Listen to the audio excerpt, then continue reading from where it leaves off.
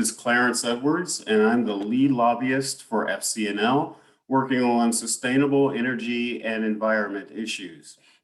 Today, thank you for joining us. Today, we're gathering for our April Quaker Changemaker event, how Quakers are working for climate justice.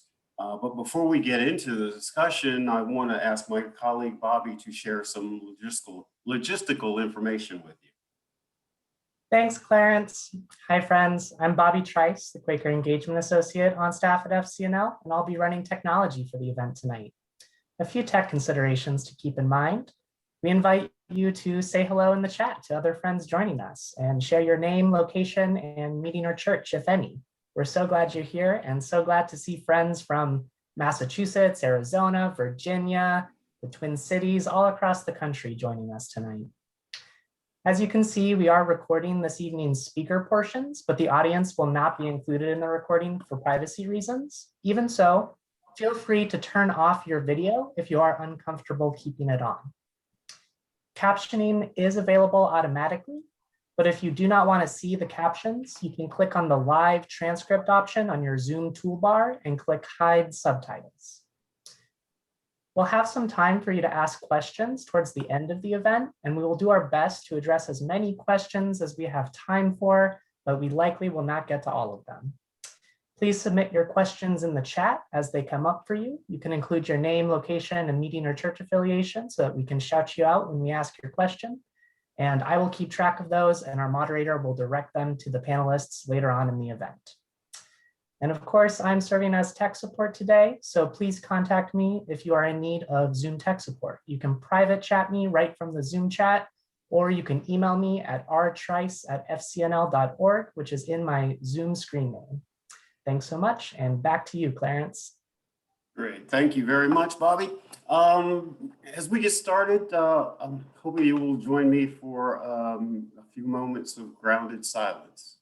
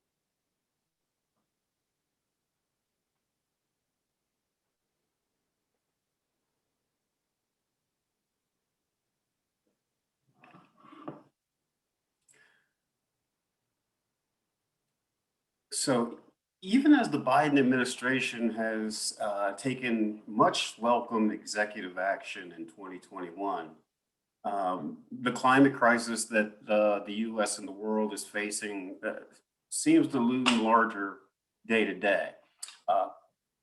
Quakers in the Quaker community are among those working to advance a vision of climate justice and environmental justice and creation care. Through their legislative advocacy, direct action, sometimes protests, work in sustainability, and in many other areas and facets. The many ways that Friends work towards this common vision of what we refer to as an earth restored and creation care, that's going to be the focus of our conversation and discussion this afternoon, this evening. Friends involved in different parts of this social change ecosystem will talk about their experience, goals, and concerns in pursuing an earth restored. So joining me for this conversation are Beverly Ward and Lena Blount. Beverly Ward is the Field Secretary for Earth Care, Southeastern yearly meeting of the Religious Society of Friends, and co-clerks the Quaker Earth Care Witness United Nations Working Group. Her related experience includes conducting research and providing technical assistance to communities and local, state, and federal agencies on environmental, social justice, housing, and transportation issues. Among her publications and papers is Making Black Communities Matter, Race, Space, and Resistance in the Urban South with Cheryl Rodriguez. And Beverly is an experienced workshop facilitator trained in conflict transformation, mediation, and strategies on healing from trauma. She holds degrees from Vassar, the University of Alabama at Birmingham, and the University of South Florida, and lives on lands once inhabited by the Timucua, as I butchered that word, and Tucuba tribes. Lena Blount is an organizer, trainer, and nonviolent action strategist who has been working on environmental justice campaigns in the Philadelphia area for over 10 years. Lena currently works as the education coordinator for Pendle Hill and just rotated off as co-clerk of the Quaker Action Team board, which she served on since 2013. Lena has also worked with the Divestment Student Network and spent 2 years as a Canvas director and anti-fracking organizer in Pennsylvania. And you can see these are two people who are an example of the really smart and very well-versed people that I get to work with as part of this program. So I feel very fortunate to speak with both of you tonight. And with that, let's get into it. How are you both doing, by the way? Very good. Thank you, Clarence. Good. Doing well. So glad to be here. Thank you. Great. Thanks again for joining us. I think it would be interesting if each of you could tell us about your vision for climate and environmental justice and what you're doing to work towards that, work to achieve your vision. I guess I'll take the first run at this. My vision is that each time we plan a service, an action, a program, that we take into consideration the impacts on various segments of the population. You know, we've talked a bit about carbon pricing. Well, how do we get carbon pricing to work so that it doesn't disproportionately affect low-income communities or communities of color? And so each time we do this, that has to be central. Who is impacted by this? And are those people at the table when these decisions are being made? So that's very important for me. And I'm a structures and systems person, but I also try to bring my full self to this. So I'm trained as a thespian, so I do playback theater, and also I've been collaborating with the Climate Change Theater Action Network since 2017. And basically, I tend to get into necessary trouble. Excellent, excellent. And bringing some of the arts to it is really an interesting angle. Lena, how about you? Thank you. Well, I really resonate with the need for creativity and also the need to disrupt systems. You know, the situations we're facing now in terms of climate injustice and racial injustice operate across individual, group, institution, and system levels. So I really resonate with that. And my vision certainly involves transformation across those levels. And creative accountability, I think, particularly for private companies. The Quaker Action Team's current campaign is grappling with the role of private utilities in a just energy transition. And previous to our current campaign, we also ran a campaign targeting PNC Bank's investment in mountaintop removal coal mining. So as we take on these systems, sometimes it can feel really big, but what I've learned through the Quaker Action Team is that these systems are made up of parts, and particularly companies and institutions can be challenged through nonviolent direct action campaigns to move them closer to our vision of climate justice, environmental justice, and racial justice. Through Equate, I've been introduced to sort of the toolkit of nonviolent direct action. which sometimes does also get to involve some theater and some play, which is very fun. So I'll leave it there. I know I can share more later on some of this. Yeah, please do. And it's interesting that both of you talk about creativity, and it's a very sort of human element to the approach that both of you all are taking, and bringing in elements of that creativity almost from the artistic side of life.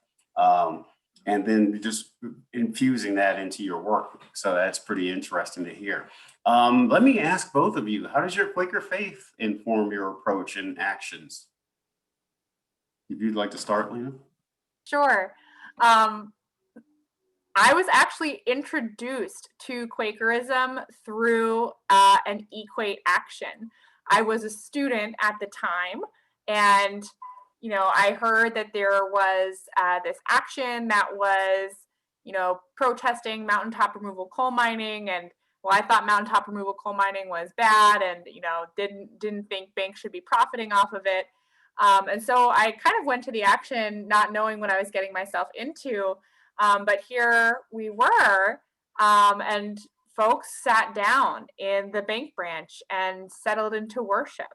And out of the silence, some friends who had come from Appalachia spoke. And it really lit a fire in me. I was totally surprised and opened up to really a new idea, which was that spirit not only can ground our actions, but can guide our actions while we're in the midst of them. And so I would say that my Quaker faith really started in Equate and has been nourished through Equate. I still consider it sort of my primary spiritual community. I've had clearness committees with folks in Equate. I kind of asked for a clearness committee, not having that language or knowing what that was. And it's very alive in what we do. And I just feel nourished by the idea that our worship can be our actions, and that to follow our values with integrity means to worship with our actions. And I've just had incredible mentors with the Earth Quaker Action Team in my spiritual journey. Beautiful. I like what you say about spirit can ground and guide our actions. That's really, that's motivating. That's I like that. Thank you for that answer. Beverly, what about you? How's your Quaker faith? How does your faith inform your approach and actions? You probably saw me smiling. Lena and I share quite a bit, and we're having a lot of fun. In case the rest of you aren't, but we'd love to have chances to talk with you and share like this. There's similarities there for me in what Lena spoke to on a cellular level, coming out of Birmingham in the late '60s and the nonviolent civil rights movement there. I was dumped into Quakerism at the George School. And so I just had this trajectory of the power of nonviolence and the peace testimony, just a threat. I've been hanging out with Quakers for 50 years now. And so it's that, you stand in truth, and that's what's important. And despite whatever, the big forces around you, your responsibility to say, this is wrong, and to call that into action. And I think of my ancestors who I'm here because they had a vision. They didn't know where it would end, but they said, we will do this. We will stand here.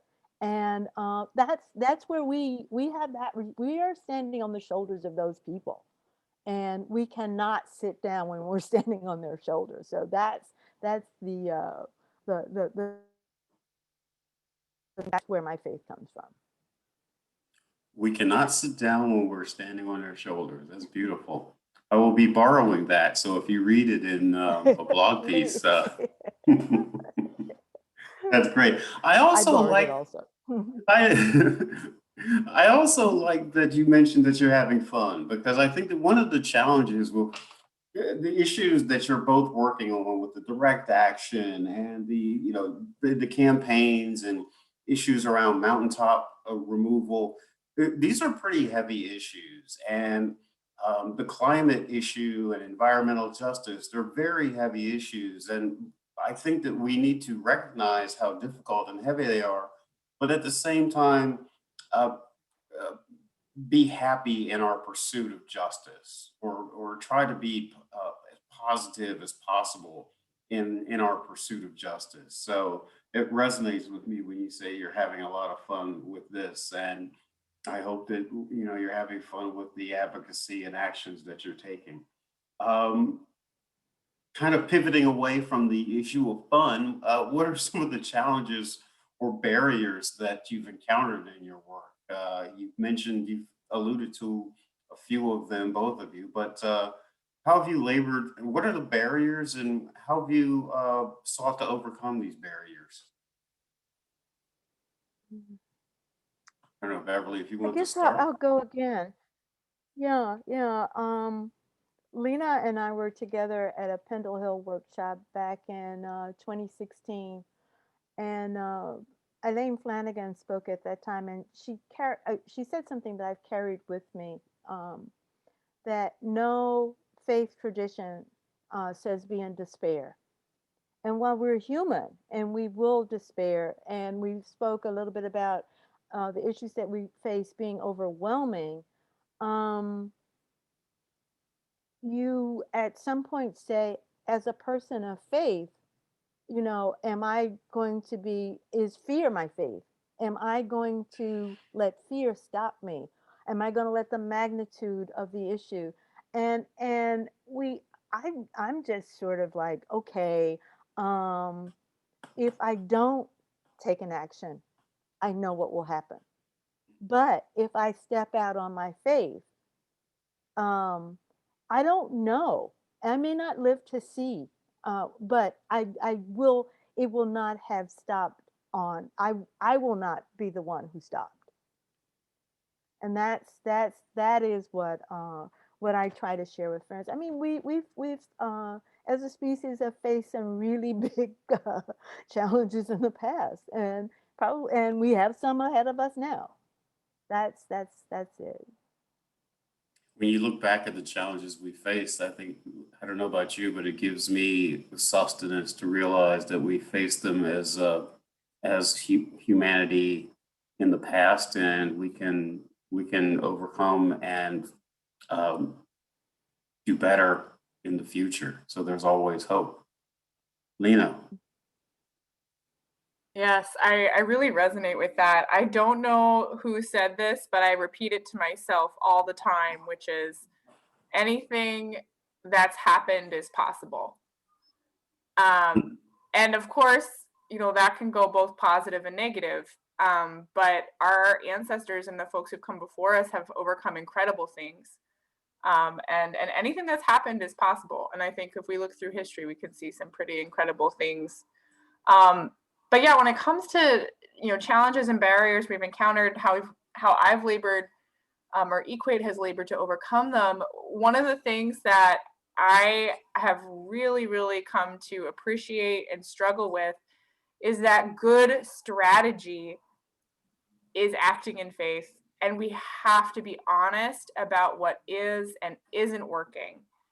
And that's incredibly hard sometimes. And the stakes are really high. Um, you know, I've mentioned with Equate, our two campaigns, we won the campaign against PNC Bank. It took about 5 years. They stopped investing in mountaintop removal coal mining. In our new campaign, we have really struggled. Utilities are quite different from banks. I don't know that we really knew all of the depth of their differences when we started, but for the economists out there, it all comes down to risk and sunk costs. Uh, Particularly private utilities, in many cases, are taking over a system that was paid for with public dollars, and are just collecting profits and have very little incentive to spend money on updating those systems or making them more efficient or making renewables better. So it's been a really steep learning curve for us, but it's just been critical to be honest about what's working, what isn't, what were our assumptions or misconceptions, and where do we need help? Where, I think it's really important to stay grounded in the truth. And sometimes that truth is, ooh, our idea about how this was going to go is wrong. We need to go back to the drawing board here. And sometimes there's really no blueprint for what will work each time. And you have to be willing to make mistakes, to learn from them, to keep adjusting, which can be really hard because the stakes are so high. But that's where I think faith and community are so important in the work. Excellent, excellent. And listening to both of you, I also thought the word humbling comes to mind, because when you have to make those changes, when you look at your program or your approach, you're thinking, okay, this isn't going to work. It's important to be able to unattach your ego from the process. And it's speaking from personal experience, it's not always easy, so No. that's excellent. And it's interesting, both of you are working on issues. I see them from here in Washington, D.C. and the policy level, but when you talk about mountaintop removal or taking direct action or environmental justice, there's an on the ground element. And I'm really interested in the fact that both of you are working with people directly who are really on the front lines, for lack of a better word, in terms of trying to make change happen. And so it's really interesting to get your perspective, both of your perspectives. I note that in a couple of hours, the president's going to be speaking, and the administration has really, in its first 100 days, taken a lot of pretty strong initiatives when it comes to the issues that we're talking about.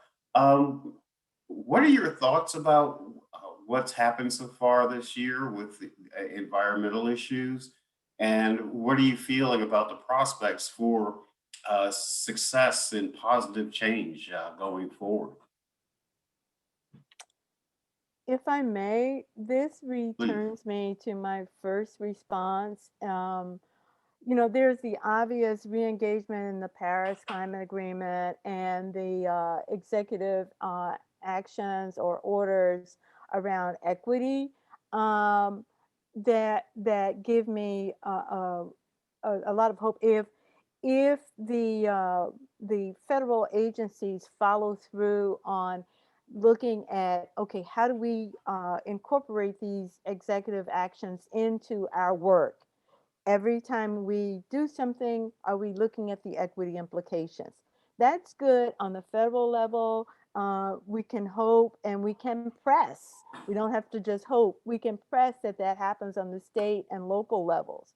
But again, I want to see that expand globally, that, a number of actions, for example, like around how do we deal with displacement, both as a result of climate degradation.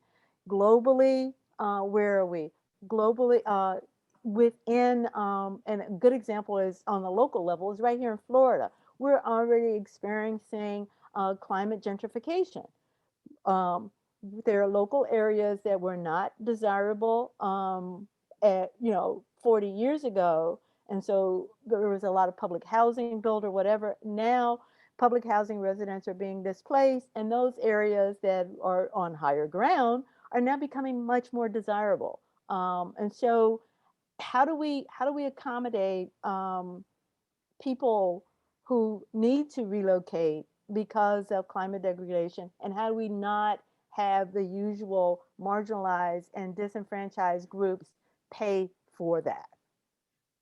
So yeah, I wanted to go back to a phrase you used, climate gentrification. Yes. That's happening. Yes. Wow, that's interesting.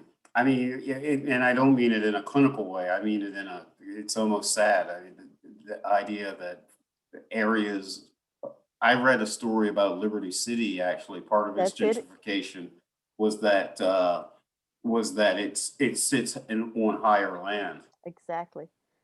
Oh, And wow, wow. Lena, I'm gonna sit here and shake my head at that, but, I love your feeling on where we are with the administration in terms of its approach and some of the things that you've heard. Yeah, absolutely. Well, just to say too, to the point, to Beverly's point on climate gentrification, there are no guarantees, even with a more receptive, perhaps, administration, that we can make the transitions necessary through climate change that land us in the most just outcome.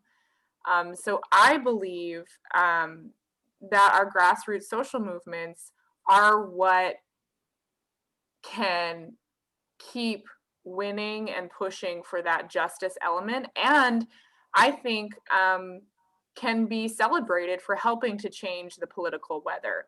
I do think this administration is movable, responsive to grassroots pressure. But that also means you have to keep the pressure up. I think an example of grassroots pressure that has the administration's been more susceptible to or responsive to is certainly the Sunrise Movement. And Varshini Prakash and some of their leadership was invited into the Biden transition team. So that we do see more responsiveness than in previous years. And certainly for Equate, we're targeting a regional private electrical utility. But if there are federal standards around utilities or renewable energy goals, that's helpful for our campaign to have some more of that pressure from the top. So, utilities are conservative entities. A number of these companies are relatively conservative in that they're not going to take the boldest, most renewable or justice-oriented step without some added incentive or pressure. So I'm cautiously optimistic and hopeful with some of the things that I've seen. And we know that we have to be vigilant, and our movements have to continue to keep the pressure on, stay engaged.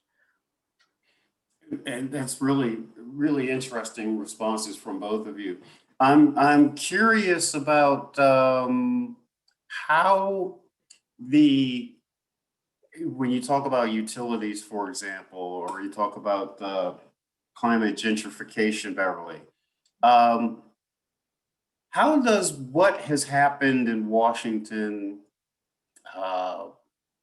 it's very easy. We get caught up in clean energy standard versus carbon pricing here. And, outside of Washington, the world is very different, as you both know, and as we all know. How much does it resonate from your perspectives? What's happening in Washington? I mean, I'm immersed in environmental issues all day, so I think everybody's talking about it. But how does it hit well, from your perspectives, are people resonating with what's happening? Yes. It's interesting that how things parallel. I'm working with the Lake County, Florida NAACP, and we just had a webinar on how the utilities are structured this past week.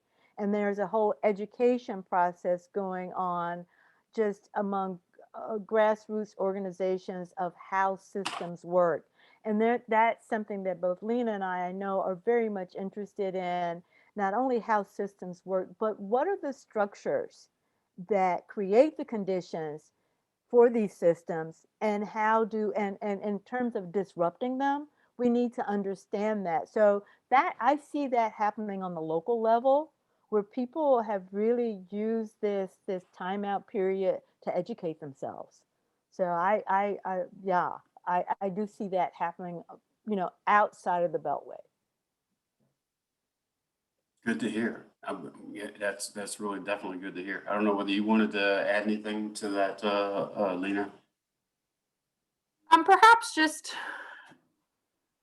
I don't know if I have more to add per se. Just to say that certainly in my circles, just to reiterate what I said before, that this administration seems more receptive. People are really excited about that.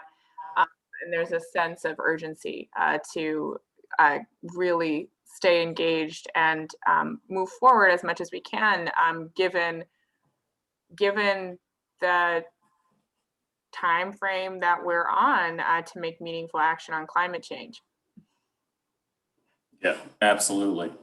There is definitely a time frame, and that time is now, frankly.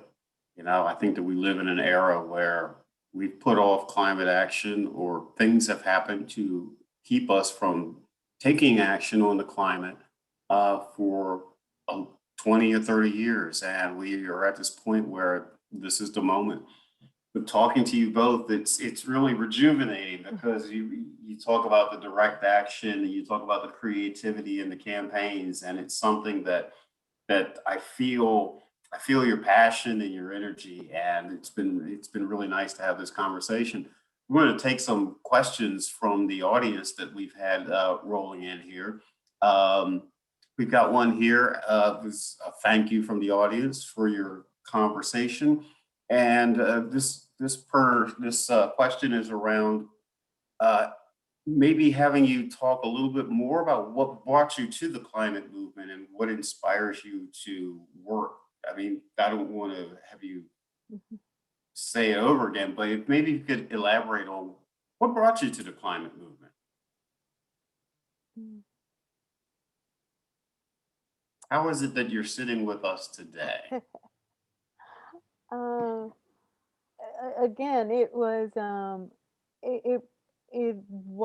I kind of had a link between my experience growing up and seeing the differences in terms of access to environmental to the environment, and to and taking that further.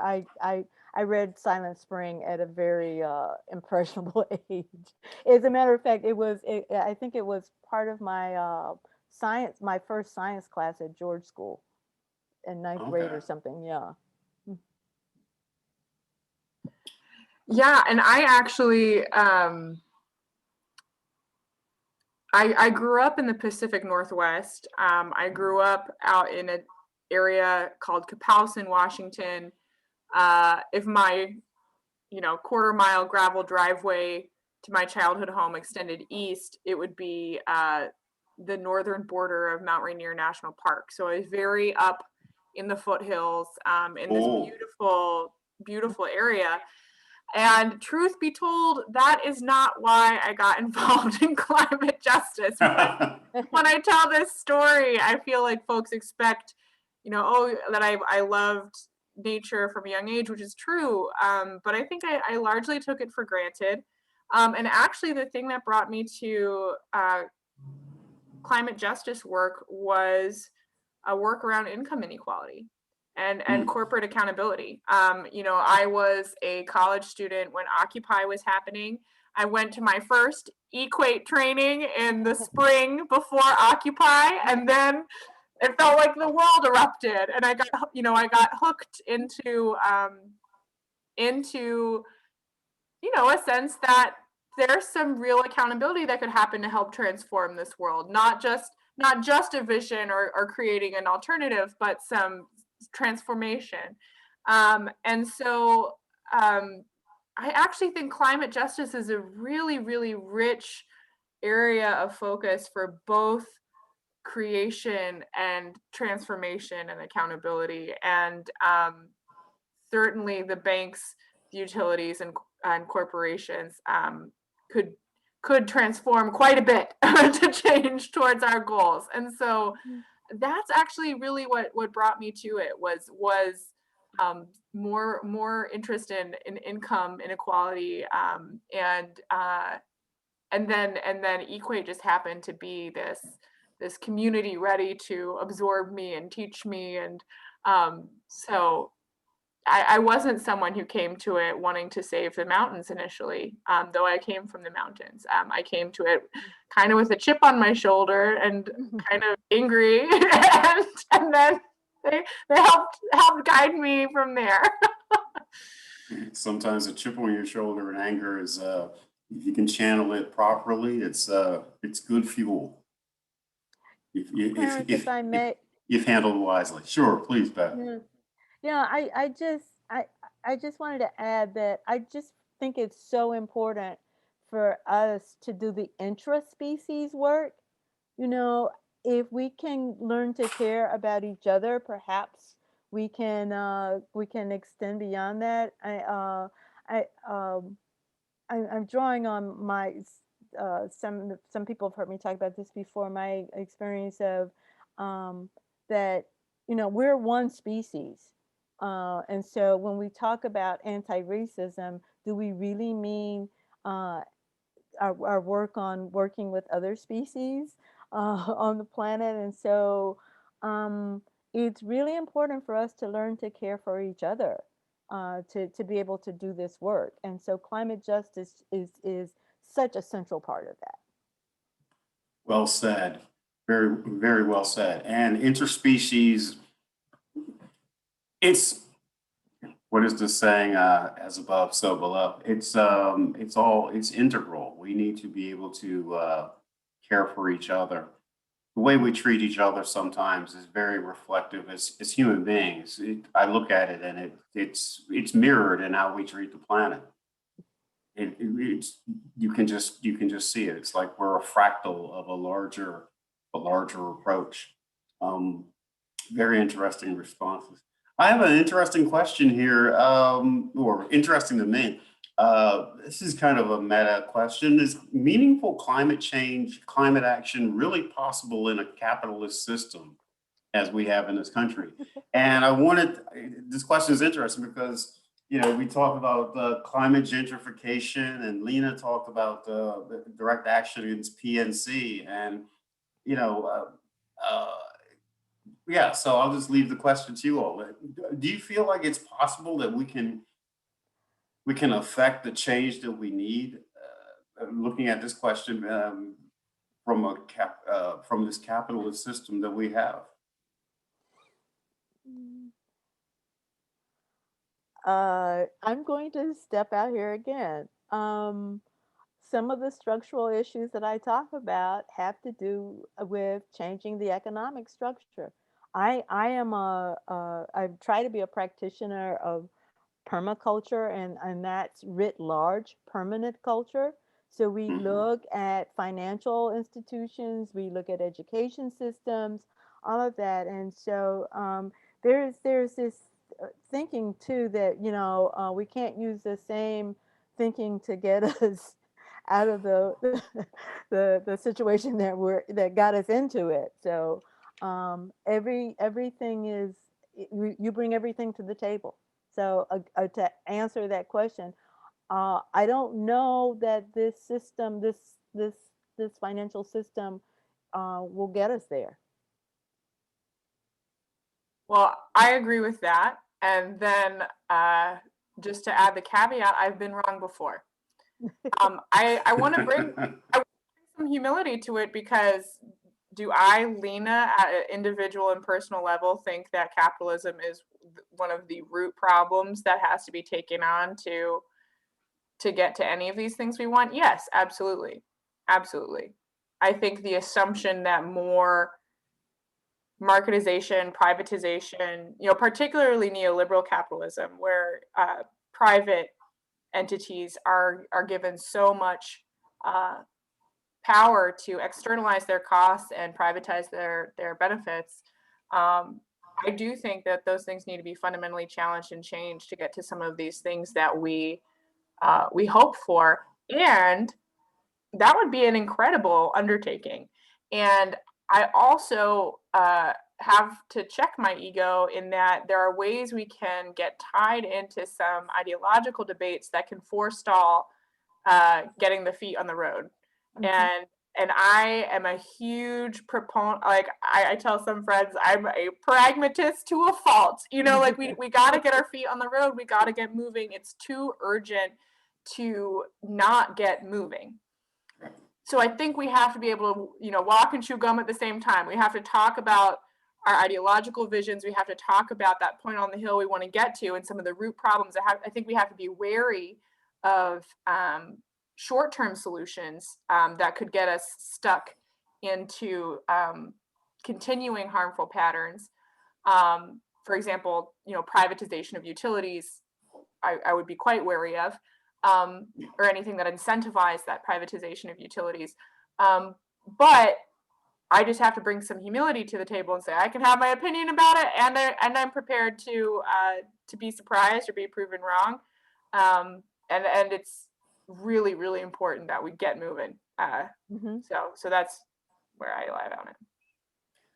Those are two very interesting responses, and it's that balance between feeling like this system. I agree with you, Beverly, and that saying it so resonates because, to be frank, we're doing a lot of these same things over again. They're being held up as solutions, and part of me thinks, well, this is gonna end up not working because the system is the problem.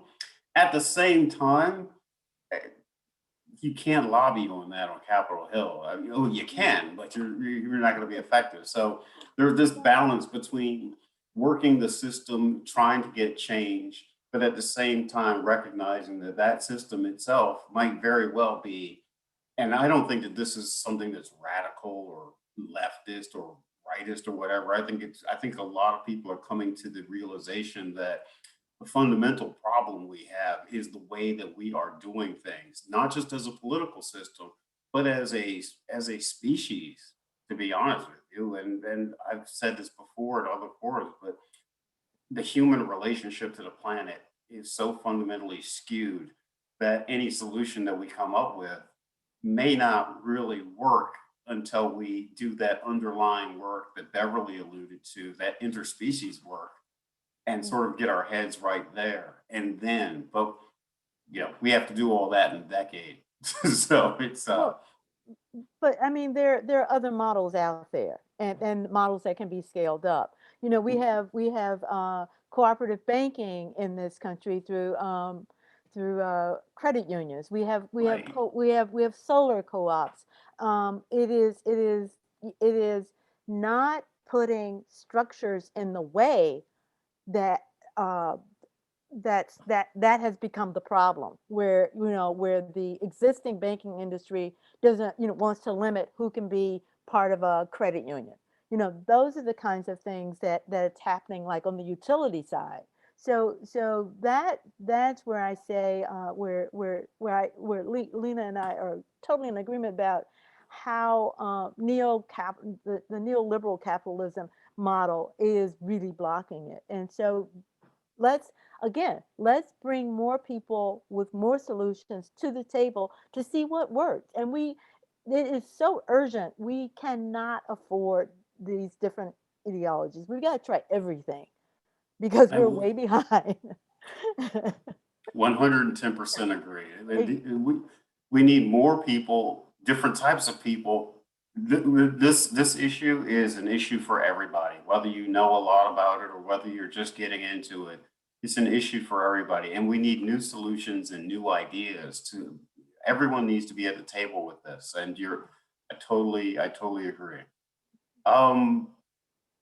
Here's a question it's interesting, and it'd be interesting to get each of your takes on it.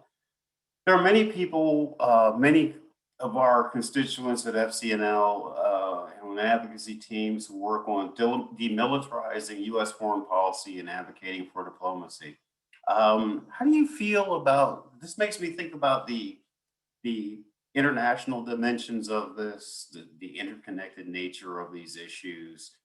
I'd like your thoughts on, are there links between our foreign policy and our military stance and when I say the U.S. Foreign policy and military stance and our approach to the environment, such as such as it has been. What are your thoughts on that? Short answer, yes. There's definitely a link. Absolutely. I think it's not only is the US military one of the largest, sort of carbon emitters and polluters in the world. There's also really fascinating things if you get into the land of, microgrids, which, for those who work around renewable energy and, the ways that renewable energy could most transform our system, which is to create more microgrids that can be more reliable and resilient to disasters and climate change, things like that. The model for microgrids also comes from the US military. Military bases are on a grid of their own, often separate from the grids around them. So I Right. actually think there's some really interesting connections. And certainly we have a policy now in this country whenever there is a disaster, it's the US Army Corps of Engineers who goes in as one of, sort of the first wave of response. I think they're really interesting questions to ask about how demilitarization connects with environmental justice. I think it's a very rich area for exploration. Interesting. It's really interesting. Beverly, what are your thoughts? Can I have you repeat just part of that again? Sure. It's just about the link, your thoughts on it, whether do you see any links between the US military posture, foreign policy approach, and our how we engage the environment, we being the United States? Are there sort of any synergies there, or ways that we've approached things in terms of our militarized foreign policy, and just I guess it goes to mindset. Do you see any sort of connections between the mindset that leads us to militarization, but also how we treat the environment? Um, I see a real need for shift there, and it for me it comes around to policing. What are Mm, we? What are there are very few things that the federal government directly provides, and the military is one of them. So what is, again, what is the function of the military? What are we protecting? If we're protecting the environment, why doesn't the Army Corps of Engineers bring its massive, uh, uh, apparatus to cleaning up plastics in the ocean? That would be novel. What why it that's a shift from building levees and dams or whatever. So we have the resources, but how are we using those resources? And that's again, that's back to these system and structural questions. There's lots of work to be done. There's lots of re-education to be done there. I'm thinking of Hurricane Rita, when there was evacuations, and the military was brought in to help refuel cars, and we didn't know that the nozzles from the military vehicles didn't fit passenger cars. So that those kinds of issues that as we move forward with more and bigger hurricanes and disasters, how are we using our knowledge best, and what is the best that we can do with this? What is excellent. it? Yeah. No, it's interesting. You got me thinking. I had this fantasy that the Department of Defense would be converted into the Department of Climate Change, Yes. and you'd have a $700 billion a year budget going towards climate adaptation, and you know, in this is a sci-fi book. I'll have to write. No, one no, day. no. We've got 118 people on the call. We can do this.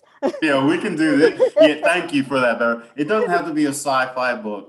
Maybe No, we can start putting the groundwork it's out. out there. Hopefully we can do this before the planet really needs it, and we have to press the Department of Defense into basically saving the planet, because they'll be the only ones with any money. But I like what you said. We can do this. We have the money to do it. I like to say to people, I like to remind people, it's not some famous saying or anything, but like the Federal Reserve is printing money all the time. So this idea that we don't, the richest country in the world and the richest country in the history of the world can afford anything it wants to. And it has afforded anything it wants to in the past. We spent $2 trillion in Afghanistan with very little to show for it, except for a lot of lost lives, unfortunately. So we can afford if we really commit. That's the end of my editorial there. I have another question, maybe a couple more questions for you. We have a lot of people on the line who represent a lot of different Friends meetings. And this question is around how can we bring our meetings to awareness of how we impact the environment, make changes within our own communities, property committees, and so forth. So how can we, I mean, we're all dealing with these issues at different levels, but how can our individual meetings and our friends bring greater awareness to our impact on the environment? I mentioned permaculture, so I'm going to jump in here, Lena.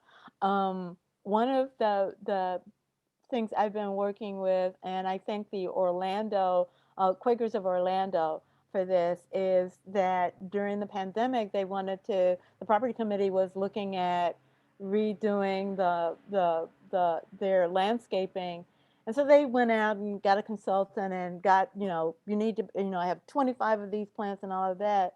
And so one of my co-workers at Southeastern Yearly Meeting said to them, have you asked Beverly about, some friendly, landscaping? And so I worked with them, and through this is a plug for everybody, your local extension service has phenomenal resources, and they're a very quietly kept secret, but they're doing all kinds of things around utilities, around gardening, around xeriscaping, around regenerative farming. So it's an underused resource, and start there. And I'll put my my email address in the chat box, and please feel free. I love to do these consults with meetings around, and even if you live in just an apartment, you can have a grow box on your balcony. You can just, anything, just a kitchen, your kitchen herb garden. Yes, start growing. Excellent. Lena. That really just gave such a great answer. I just want to say all of that. The only thing I might emphasize, and it may be no surprise to anyone who's listened to me tonight, but also who you're meeting banks with. Who you're meeting Banks with. Mhm. Banks Okay. with. Mm-hmm. Okay. Excellent. Well, I've got one more question. We're close to a wrap up time, but as we wrap up, could each of you speak to? I feel like I've asked you this before, maybe. So maybe we just skip over. But speak to how you found your place in the movement, and any advice that you'd have for others in discerning the same. Yeah, how did you find your place in the movement, and what advice would you have for? We've got about 100+ people joining us tonight, and people, if our audience is interested in taking action in a similar way that you all have with direct action and really engaging your community and bringing the climate issue to the forefront of your lives and your action, what advice would you have for people? I could start in. Well, Equate introduced me to the idea of the roles of social change. It comes from a sociologist, Bill Moyer, and he identifies 4 core roles of social change that are really needed. I've heard them kind of paraphrased as the helper, the advocate, the rebel, and the organizer. And I would say it's a really helpful tool for me to remember that we need all kinds of skills and go with the things you're passionate about and excited about. And then the other advice I would say is be in community that can help you keep growing, and be willing to make mistakes and to try. You know, our faith calls on us to take action, and I think it's a beautiful thing to learn while doing. Beautiful. I'll follow up and say that the movement found me. I have this thing from childhood that you are prepared even if you don't get to go. So I'm always just doing things like theater or whatever, and so that if you listen, which we should be good at as friends, the opportunities will come. And so just make sure you're prepared, because they're going to be there. And somebody said earlier about getting ego out of the way. Um, there's no time for your personal whatever. You need to get in there and get the job done. You can't be shy. But we've just got to get the work done. I've put in the chat box a number of things that I'm working on. Clarence, Mariah, and I, along with Kip Banks, will be doing a panel on faith-based transportation at the Conference on Advancing Transportation Equity, which is going to be put on by the National Academies of Science in the fall. So there's a link to that. But again, I had an opportunity to put in an abstract, and I said, okay, let's talk about how faith-based communities can further transportation equity. Just every turn you're thinking about what about this. And I see a number of friends are reminding me to give a plug for Quaker Earth Care Witness also. So I was forced to do that. No, it's not forcing at all.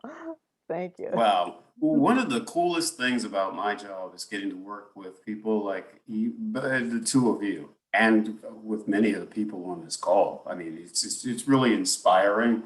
Whenever I'm having those days where I think after 8 hours of listening to the Congress, I think, well, this is not really going to go well. It's this community that reminds me that, you know, change can happen and change will happen. So thank you both very much for joining us tonight, and really appreciate your time. And I'm going to turn it back over to my colleague, Bobby. Thank you, Clarence, and thank you, Beverly and Lena. This has been such a rich and spirit-filled conversation. It's been an honor to listen in on your thoughts and reflections tonight. Before we conclude our discussion of how Quakers are working for climate justice, though, I do want to make sure you know about a few things related to FCNL. I'm going to take you on a quick tour of fcnl.org and show you a few related resources and tools for taking action. Let me just get my screen ready to go.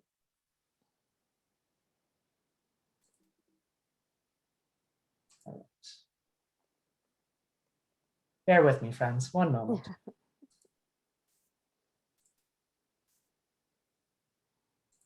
All right. Can everyone see that? Mm-hmm. Excellent. So here's fcnl.org. It's our beautiful new website that you can find all kinds of great resources on. A few of the things I want to draw your attention to are right here at the top. You can look at all of the issues we work on. You can check out our environment page where we have lots of great resources and articles written by our FCNL lobbyist staff and other folks. And I hope that you'll also consider signing up for a few of our regular newsletters. One that I want to draw your attention to is our letter writing project, which is a monthly email that goes out with a template for how to contact your members of Congress on a pressing policy concern. This month, we did it on the Environmental Justice for All Act, which I will drop a link to our action alert on that in the chat. It's been a big priority that our climate team has been working on, and we could use your support in lifting that up as a policy priority for your members of Congress. I also, if you click on that action alert, it'll look like this. And if you sign in to our Action Center, you can directly email your member of Congress after customizing a little bit here with your own story about why you care about this type of legislation and for climate justice in general, and then send it off to them and start a conversation and advocate. Finally, I hope you'll also consider signing up for our Inside the Greenhouse newsletter, which is a monthly update that Clarence and Mariah, our climate team, work on together to send out updates about what's going on in the climate space, urgent action to be taken this month, and other ways that friends can get involved. Finally, I'll just invite you all to our next Quaker Changemaker event in May. We're calling this one Quakers Working in Congress, and it'll be about how different folks who are Quakers, who are friends, work in Hill offices, in congressional offices, and sort of navigate their professional responsibilities and their own leadings and their commitment to Quaker faith and practice. And with that, friends, it is lovely eating together. I'm so grateful for this conversation. Go forth, be well, and know you are beloved. Ever faithfully onward we go, and we'll see you next time. Take care, everyone. Thank you. Thank you all again. Thank you so much.